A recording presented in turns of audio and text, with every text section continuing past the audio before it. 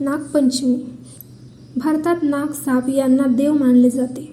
काही नाग मानवाला उपकारकारक तर काही विषारी नाग, साप अपकारकारक मानले जातात.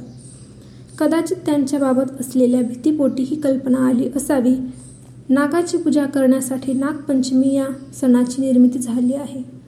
या सणामागची पौराणिक कथा अशी की यमुना नदीच्या डोहात कालिया नावाचा महाविषारी दुष्ट सर्प होता. त्याच्या साध्या फुत्काराने सुद्धा सर्व काही भस्मसात होई. श्रीकृष्णाने कालिया नागाला ठार मारले व गोकुळातील लोकांचे रक्षण केले. तो दिवस म्हणजे श्रावण शुद्ध पंचमी म्हटली. त्याला आपण नागपंचमी असे म्हणतो. तेव्हापासून लोक नागाची पूजा करून नागाला लाह्या, दूध वाहतात. नागदेवतेने प्रसन्न होऊन आपल्याला त्रास देऊ नये ही यामागची इच्छा असते. या दिवशी नागदेवतेबरोबर श्रीकृष्णाची सुद्धा पूजा करतात. अंगणात रांगोळीच्या ठिपक्यांची नाग काढतात. पाटावर चंदनाचे 5 फण्यांचा नाग काढतात. 9 नागांची नावे घेऊन यथासांग पूजा करतात.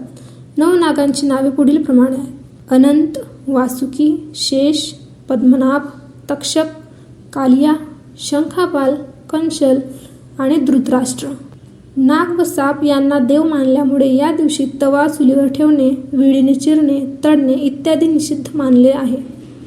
कारण वरील क्रिया करताना अनावधानाने साप किंवा नाग यांना इजा पोहोचण्याची शक्यता असते असे मानले जाते.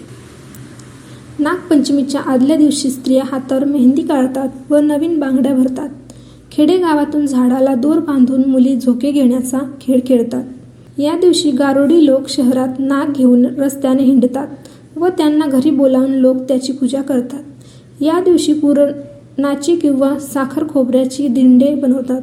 कितीही विषारी नाग, साप असले तरी या दिवशी ते कुणाला दंश करीत नाहीत अशी लोकांची श्रद्धा आहे.